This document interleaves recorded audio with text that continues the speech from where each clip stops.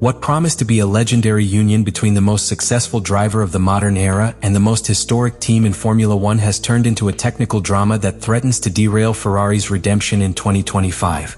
Is Hamilton in the wrong car at the wrong time?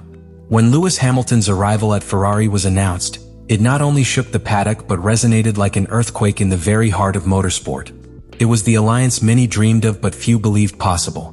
Hamilton, the driver who redefined the standard of excellence in the hybrid era, crossed the threshold of Maranello, becoming the Scuderia's new standard-bearer. For Ferrari, it was the ultimate gamble, bringing in the man who had dominated the 21st century in pursuit of that elusive title they hadn't achieved since 2007. For Hamilton, it was the last great adventure, the pursuit of his 8th title, not from the safety of Mercedes, but from the emotional warmth of a team that lives Formula One with an almost religious intensity. This move wasn't simply a contractual decision. It was a statement. A powerful narrative that evoked the arrival of Schumacher in 1996, another champion who arrived at a disorganized Ferrari and transformed it into an empire. The excitement was palpable. The Italian media spoke of the second coming, fans dusted off the red flags, and the Maranello factory itself breathed a new life. There was a sense of destiny in the air, as if history was about to repeat itself, this time with a Briton at the wheel. During pre-season, images of Hamilton walking through the facilities, greeting the mechanics, adjusting his seat in the SF-25's cockpit were treated almost like historical documents. Everything seemed to fit. The car, billed as an aggressive evolution of the SF-24, promised to combine top speed with greater cornering stability, and the wind tunnel simulations were encouraging. Even in his first statements, Hamilton appeared excited, almost rejuvenated, speaking of a new challenge and a unique opportunity to close the circle. But as with every epic story, the first chapters also carry their shadows. From the first laps in Bahrain, reality began to blur the fantasy. The SF-25, far from being the red steed Ferrari had intended to ride to glory, behaved like a disconcerting machine. It wasn't simply that the car wasn't fast. It was that it was unpredictable. Its behavior changed with the wind, with the temperature, even with the passing of the laps. What the engineers thought they had mastered in the simulators crumbled on the track. And for Hamilton, accustomed to the surgical precision of Mercedes, this was a cultural and technical shock. The first sessions showed an uncomfortable driver, adjusting every corner, every braking, trying to understand a car that seemed to have a life of its own. The onboard sessions revealed constant corrections, oversteer, moments where the car simply didn't respond as it should. It was as if Hamilton, the man who had made the impossible look easy for years, was fighting to survive, not to win. This first act isn't just the introduction of a new chapter in Hamilton's career. It's the setup for an epic journey where the hero faces his toughest test, transforming a broken promise into a redemptive feat. The question that begins to emerge is not whether Hamilton can adapt to Ferrari, but whether Ferrari can live up to the legend he has built into his team. A question that will define the tone for the rest of the season and, perhaps, for the modern history of F1. The causes behind the SF-25's erratic behavior lie not simply in a single failure. What is happening with the Ferrari car is the result of a series of technical decisions that, although well-intentioned, have generated a domino effect of complexities that have yet to be fully deciphered. The car's unpredictable nature has led many to question whether Ferrari truly understood the regulation changes or whether, in its eagerness to catch up with McLaren and Red Bull, it fell into a technical trap of its own making. One of the first warning signs emerged during pre-season testing in Bahrain. There, despite having new and promising specifications, the SF-25 displayed an extremely narrow operating range.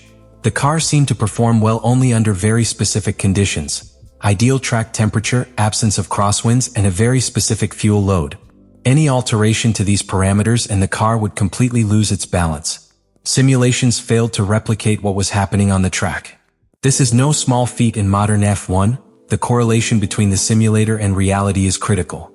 If what the wind tunnel or digital tests show doesn't reflect the car's actual behavior, it enters a loop of constant adjustments that rarely lead to stable solutions. Alex Brundle, after observing Hamilton's car on board, described the SF-25 as a difficult beast to tame. What seemed like a simple loss of grip in some corners was actually a deeper symptom: problems with weight distribution, excessive sensitivity to tailwinds, and structural rigidity that caused understeer on entry and oversteer on exit. Each lap was a different experience for the driver, forcing them to reinvent their driving style in real time. This not only affects performance but also confidence. And without confidence, a driver doesn't attack, he only survives. The problem worsens in qualifying. In this format, where everything is decided in tenths of a second, an unstable car is lethal. Hamilton and Leclerc, both with different driving styles, had to negotiate with a car that offered no guarantees in the most critical area, the apex of the corner. This translated into errors, lockups, track exits, and a systematic loss of time. And when we talk about drivers of this caliber, we know the problem isn't with them. It's with the mechanical system that limits them. Furthermore, leaked technical data from Maranello suggests that the SF-25 has a torsional stiffness issue. In other words, the chassis doesn't respond with the expected elasticity when the car passes through areas of high lateral load. This not only complicates the setup adjustment but also interferes with the car's active aerodynamics, disrupting the ideal airflow and generating downforce loss just when it's most needed. During the Australian GP, all of this was starkly exposed. In wet conditions, the car was even more unstable. Hamilton was trapped behind Albon for much of the race, unable to apply the pace we know he has. And Leclerc, in an attempt to avoid further damage, refused to change the front wing after contact at the start, further compromising his performance in high-speed corners. This decision, which in another context might have been pragmatic, here reflected a complete lack of confidence in the team's ability to execute a quick and efficient stop. The sum of these factors has relegated Ferrari to fourth place in the Constructors' Championship after just 3 Grands Prix. A team that a few months ago was just 14 points away from the title is now surpassed by McLaren, Red Bull, and Mercedes in terms of pure performance. The contrast is painful. And the worst part is that the solutions are not immediate. There isn't a single part to change, a single adjustment to correct. What Ferrari faces is a systemic design crisis that requires rethinking fundamental concepts of the SF-25.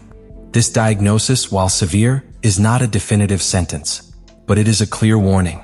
Ferrari needs to act quickly and with surgical precision if it wants to salvage anything from this season.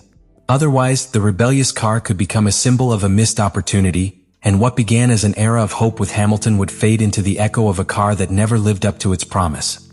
The third act in this story is not simply one of redemption, but the beginning of a personal and competitive rebirth. Lewis Hamilton, known for his almost superhuman ability to adapt and transform adversity into motivation, is beginning to show signs of figuring out the SF-25. What seemed like a relationship doomed to disappointment is slowly beginning to mutate into a technical and emotional symbiosis. It's not just about tweaking a setup or adapting his driving style, it's about rebuilding trust from the ground up, something few drivers in F1 history have achieved with such a level of media intensity and internal pressure. The key to this awakening hasn't been magical, but meticulously forged. Hamilton has begun to modify his approach, incorporating elements of Leclerc's driving style, especially in braking and corner transition management. For the first time since his arrival in Formula One, Hamilton is changing his DNA as a driver, and he's doing so not out of necessity, but out of conviction. He set aside certain automatisms acquired during his golden era at Mercedes to embrace a more analytical, almost surgical approach to the SF-25. This evolution speaks not only to his intelligence as a competitor, but also to his humility in accepting that even with 7 titles, there's always room to learn. This transformation began to bear visible fruit at the Chinese GP. In the qualifying sprint, on a circuit where every mistake is costly and where the margins for maneuver are minimal, Hamilton executed an out-of-this-world lap.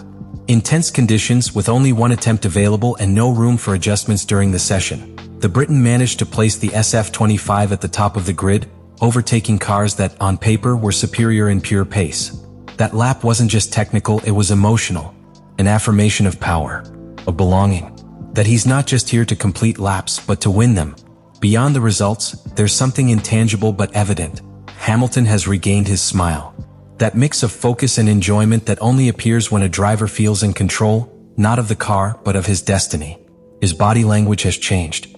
His tone in post-race interviews conveys a serenity that contrasts with the frustration of the first few weeks.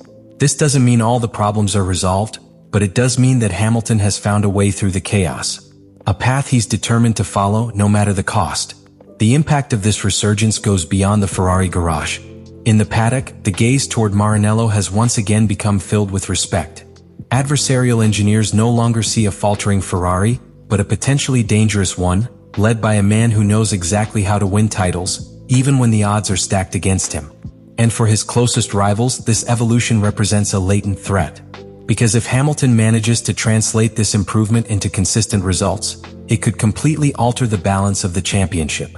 But this awakening also puts silent pressure on Ferrari. The driver is doing his part, adapting, performing, even inspiring. Now it's the team's turn. The engineers must respond with effective updates, with clean strategies, with brave decisions. The narrative no longer revolves solely around the car. It revolves around a historic opportunity to rebuild a dynasty. And if Ferrari wants to live up to the name it bears, it must cease to be an eternal promise and become, once again, the standard of excellence. So, Hamilton's awakening is not just good news for him or for Ferrari. It's a reminder to all of Formula One that talent, when combined with hard work, resilience, and vision, can transform even the most turbulent beginning into an epic tale worth telling. The conclusion of this story, for now, is not a definitive conclusion, but rather a dramatic pause in the midst of a narrative that continues to unfold race by race. Lewis Hamilton's experience at Ferrari at the start of 2025 has been anything but predictable. What began as a partnership destined to rewrite the history books of motorsport has quickly morphed into an intense struggle against the technical limits of the car, unbridled expectations, and the pressures inherent in racing with the prancing horse on your chest. What we've seen so far is a clear demonstration that talent alone is not enough. Hamilton, with all his experience and all his championships, has had to face a situation that would challenge any other driver. An unresponsive car, a team still searching for its identity, and an unforgiving media environment. But we've also seen something that only great champions can offer. We've witnessed an ability to adapt, tactical depth, and emotional intelligence that have transformed an adverse situation into an opportunity for growth. And this is where the story takes on a broader dimension. Because what's at stake isn't just another season. It's the narrative of a possible redemption for Ferrari, of a personal vindication for Hamilton, and ultimately, of a shift in the balance of power within Formula One. If this alliance manages to find the right rhythm, if the team responds with the necessary improvements, and if Hamilton maintains this upward trend, we could be on the verge of witnessing one of the most impressive comebacks of the sport's modern era. But if they don't succeed, if the technical problems persist and the car continues to offer no guarantees, the risk is enormous. Not only for the season's goals, but for the trust Ferrari has placed in its recovery project. And for Hamilton, it could mean closing his career not with another title, but with a what if. A story of unfulfilled potential, not for lack of talent, but for lack of tools. This is where you come in. What do you think about all this? Do you think Ferrari can give Hamilton the car he needs to fight for the championship? Or will this be another chapter in the Scuderia's long list of broken promises?